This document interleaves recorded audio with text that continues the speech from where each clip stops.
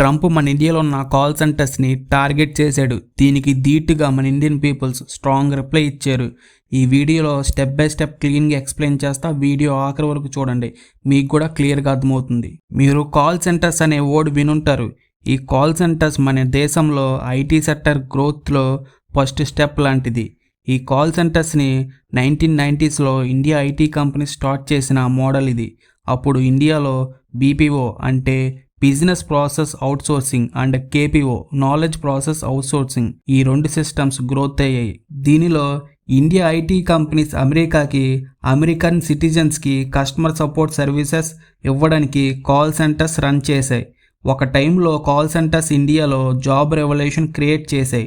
1990స్లో India economy stable అయ్యాక IT exports ఫాస్ట్గా పెరిగింది. ఇన్ఫోసిస్, విప్రో, టీసీఎస్, హెచ్సిఎల్ లాంటి కంపెనీస్ హైదరాబాద్లో, బెంగళూరులో అండ్ పూణే లాంటి సిటీస్లో లార్జ్ స్కేల్లో బిల్డ్ చేశాయి. American companies like Dell, HP, Microsoft అన్నీ కూడా కస్టమర్ కేర్ ఆపరేషన్స్ ఇండియాకి అవుట్సోర్సింగ్ క్రియేట్ చేశాయి. రీజన్ ఏంటి అంటే మన ఇండియన్స్ ఇంగ్లీష్ మంచిగా మాట్లాడతారు, లో శాలరీలోనే మంచి స్కిల్డ్ జాబ్ చేస్తారు అండ్ టైమింగ్ 24/7 కూడా మేనేజ్ చేస్తారు. మీరు ఇమాజిన్ చేయండి, 1999 నుంచి 2005 వరకు హైదరాబాద్, బెంగళూరులో నైట్స్లో కాల్ సెంటర్స్ ఎంప్లాయీస్ ట్యాక్సీస్లో ఆఫీస్కి వెళ్తున్నారు. నైట్ షిఫ్ట్స్లో అమెరికన్ కస్టమర్స్తో మాట్లాడుతున్నారు. చాలామంది యూత్కి, ముఖ్యంగా గ్రాడ్యుయేట్స్కి కాల్ సెంటర్స్ ఒక కెరీర్ పాత్ అయ్యింది. ఇండియాలో ఐటీ బీపీఓ సెక్టర్ డైరెక్ట్గా ల్యాక్స్ ఆఫ్ జాబ్స్ క్రియేట్ చేసింది. ఇండైరెక్ట్గా కూడా hostels, transport, house marketing growth అయ్యింది. అయితే ఈ కాల్ సెంటర్స్ ఓన్లీ బిజినెస్ కాదు, ఇండియాలో employment, urban lifestyle, women ఎంపవర్మెంట్కి ఒక బ్యాక్ బోన్. రిపోర్ట్స్ ప్రకారం బీపీఓ ఇండస్ట్రీస్ ఇండియాలో 5 million direct jobs and 15 million indirect jobs create చేసింది. అమెరికన్ కంపెనీస్ అవుట్సోర్సింగ్ ఇండియాలో పెట్టడం ఓన్లీ కాస్ట్ తక్కువ అవుతుందని రీజన్ కాదు, క్వాలిటీ అండ్ ప్రొఫెషనలిజం అన్ని ఫ్యాక్టర్స్ ఇన్వాల్వ్ అవుతుంది. ఇండియన్ కాల్ సెంటర్స్ అమెరికన్ ఎకానమీలో కూడా ఒక పార్ట్ అయ్యింది. ఈ కాల్ సెంటర్స్ 24/7 సపోర్ట్ ఇవ్వాలి అంటే ఇండియన్స్ తప్ప ఇంకెవ్వరూ చేయలేరు. ఎగ్జాంపుల్ చెప్పాలి అంటే city bank credit card use చేస్తున్న ఒక కస్టమర్ కంప్లైంట్ ఇచ్చారు. అది న్యూయార్క్లో రిజిస్టర్ అయ్యింది. ఈ కంప్లైంట్ ఇండియాలో ఉన్న నైట్ షిఫ్ట్ చేస్తున్న ఒక ఎంప్లాయీ రిసాల్వ్ చేస్తాడు. కానీ ఇప్పుడు సీన్ చేంజ్ అవ్వడానికి స్టార్ట్ అయింది. ట్రంప్ యుఎస్ ప్రెసిడెంట్గా ఫస్ట్ టర్మ్లో కూడా అవుట్సోర్సింగ్ మీద క్రిటిసైజ్ చేశాడు. తన స్లోగన్ ఏంటి అంటే మేక్ అమెరికా గ్రేట్ అగైన్కి ప్యారలల్గా bring jobs back to America అని రిపీటెడ్గా చెప్పాడు. మ్యానుఫ్యాక్చరింగ్ జాబ్స్ ఏమో చైనాకి వెళ్ళిపోయాయి, సర్వీస్ జాబ్స్ ఏమో ఇండియాకి వెళ్ళిపోయాయి అని రిపీటెడ్గా చెప్పాడు. ఇంకా ఇప్పుడు ట్రంప్ 2025 ఎలక్షన్స్ సక్సెస్ తర్వాత ట్రంప్ సెకండ్ టర్మ్లో ఇండియా మీద ప్రెజర్ పెట్టడం స్టార్ట్ చేశాడు. ఆల్రెడీ టారిఫ్స్ వార్ స్టార్ట్ అయ్యింది.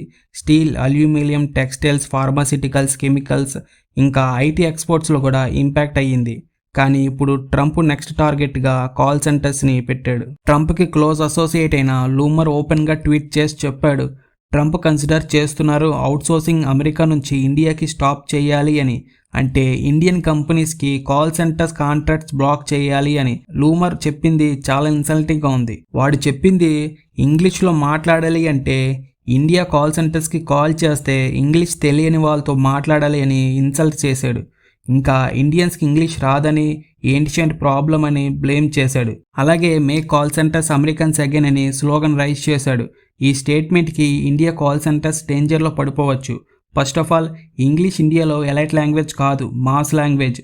ఇండియాలో 125 మిలియన్ కంటే ఎక్కువ పీపుల్స్ ఇంగ్లీష్ మంచిగా మాట్లాడుతున్నారు. క్యాంబ్రిడ్జ్ అండ్ హార్వర్డ్ లాంటి ఇన్స్టిట్యూట్స్ డేటా ప్రకారం India is second largest English speaking country in the world. అమెరికాలో 300 మిలియన్ పీపుల్స్ ఇంగ్లీష్ మాట్లాడుతున్నారు. ఇండియాలో మొత్తం 250 మిలియన్ ప్లస్ పీపుల్స్ ఇంగ్లీష్ మంచిగా మాట్లాడుతున్నారు. షాకింగ్ పాయింట్ ఏంటి అంటే ఇండియాలో బైలింగ్వల్, ట్రైలింగ్వల్ స్పీకర్స్ చాలా ఎక్కువగా ఉన్నారు. అమెరికాలో మెజారిటీ పీపుల్స్ వన్ లాంగ్వేజ్ మాత్రమే మాట్లాడతారు. అయితే లూమర్ స్టేట్మెంట్ కంప్లీట్గా ఫాల్స్, బేస్లెస్, ఇన్సల్టింగ్ చేశాడు. కానీ పాయింట్గా క్లియర్గా తెలుస్తుంది, ఇండియన్స్ని టార్గెట్ చేయడం ఒక పొలిటికల్ మైలేజ్ కోసం నేషనలిజం కార్డ్స్ని ప్లే చేయడం. ట్రంప్ సైడ్లో పీటర్ లాంటి far right ideologies already support చేశారు. ఈ పీటర్ ట్రంప్కి ఎకానమిక్ మ్యాడ్మ్యాన్ అని పిలిచేవారు. ఇండియా ఐటీ సర్వీసెస్ మీద టారిఫ్స్ కన్సిడర్ చేస్తున్నారని ఇండికేషన్ ఇచ్చారు. ఇంకా జాక్ లాంటి పొలిటికల్ అనలిస్ట్ ఓపెన్గా చెప్పారు Indian companies like TCS, Wipro, Infosys మీద రీస్ట్రక్షన్స్ వేయాలి అని. ఆల్రెడీ 50% టారిఫ్స్ ఇండియా మీద వేశారు. నెక్స్ట్ స్టెప్ సర్వీస్ సెక్టర్స్ మీద రీస్ట్రక్షన్స్ పెట్టడం అంటే ఇండియా యుఎస్ రిలేషన్స్ పూర్తిగా డ్యామేజ్ అవుతాయి. అమెరికన్ కంపెనీస్ కూడా ఇండియా లేకుండా రన్ చేయడం అంటే చాలా కష్టం. కానీ మన ఇండియా సైలెంట్గా ఉండలేదు. పిఎం మోడీ గారు ఆల్రెడీ చెప్పారు ఫారిన్ గూడ్స్ని వాడకుండా ఇండియా గూడ్స్ని వాడతామని క్లియర్గా చెప్పారు. ఇప్పుడు ఆ టైం వచ్చింది. ఇండియన్ కంపెనీస్ పబ్లిక్ సోషల్ మీడియాలో బాయ్కాట్ చేయడం స్టార్ట్ చేసి మెక్డొనాల్డ్స్, పెప్సీ, కోల్గేట్ లాంటి అమెరికా బ్రాండ్స్ని అవాయిడ్ చేయాలని హ్యాష్ట్యాగ్స్ ట్రెండ్ అవుతున్నాయి. ట్విట్టర్లో, యూట్యూబ్లో lakhs of Indians hashtag boycott American brands అని చెప్తున్నారు. ఒక క్లాసిక్ ఎగ్జాంపుల్ చెప్పాలి అంటే డాబర్ రెడ్ టూత్పేస్ట్ గురించి ఇండియా ఒక బోల్డ్ స్టెప్ తీసుకుంది. న్యూస్ పేపర్ యాడ్స్లో డైరెక్ట్గా టార్గెట్ చేశారు. యాడ్స్లో చెప్పారు, మీకు తెలుసా your favourite toothpaste brand is American, not Indian. Colour కూడా America ఫ్లాగ్లో red, white, blue use చేసి ఎమోషనల్ డ్యామేజ్ క్రియేట్ చేశారు. ఈ యాడ్ మీనింగ్ ఏంటి అంటే చూస్ స్వదేశీ ప్రొడక్ట్స్, నాట్ ఫారెన్. కోల్గేట్కి ఆల్టర్నేటివ్గా పతంజలి టూత్పేస్ట్, స్టార్బక్స్ అండ్ మెక్డొనాల్డ్స్కి ఆల్టర్నేటివ్గా Cafe Coffee Day, Pepsi and కోక్కి ఆల్టర్నేటివ్గా థమ్స్అప్ అండ్ పెప్పర్ బోట్ను యూజ్ చేయమని స్వదేశీ ప్రొడక్ట్స్ను ప్రమోట్ చేస్తున్నారు. బాయ్కట్ మూవ్మెంట్ ఇండియాలో అఫీషియల్ గవర్నమెంట్ డైరెక్ట్గా చేయకపోయినా సోషల్ మీడియాలో స్ట్రాంగ్గా రైజ్ అవుతుంది. ఈ ప్రెజర్ అమెరికన్ ఎంఎన్సీస్కి ఫైనాన్షియల్ షాక్ ఇవ్వచ్చు. మన ఇండియన్స్ ప్రపంచంలోనే largest youth market, 1.4 billion consumers ఉన్నారు. మన ఇండియన్స్ కస్టమర్స్ అమెరికన్ కంపెనీస్ని బాయ్కట్ చేస్తే మ్యాసివ్ లాసెస్ ఫేస్ చేస్తాయి. అమెరికన్ కంపెనీస్ అన్ని కుప్పకూలిపోతాయి. ఈ call centres issue only trade war కాదు, టెక్నాలజీ అండ్ జియో పాలిటిక్స్ రెండూ ఉంటాయి. ఐటీ అవుట్సోర్సింగ్ బ్లాక్ చేస్తే ఇండియాకి ఇమీడియట్గా రెవెన్యూ లాస్ అవుతుంది. ఐటీ బీపీఓ ఎక్స్పోర్ట్స్ ఇండియాకి 200 బిలియన్ కంటే ఎక్కువ యాన్యువల్ రెవెన్యూ ఇస్తుంది. కాల్ సెంటర్స్ ఒకటే $50 బిలియన్ వర్త్ కాంట్రాక్ట్స్ని జనరేట్ చేస్తుంది. కానీ ఇండియా ఆల్టర్నేటివ్ స్ట్రాటజీస్ డెవలప్ చేస్తుంది.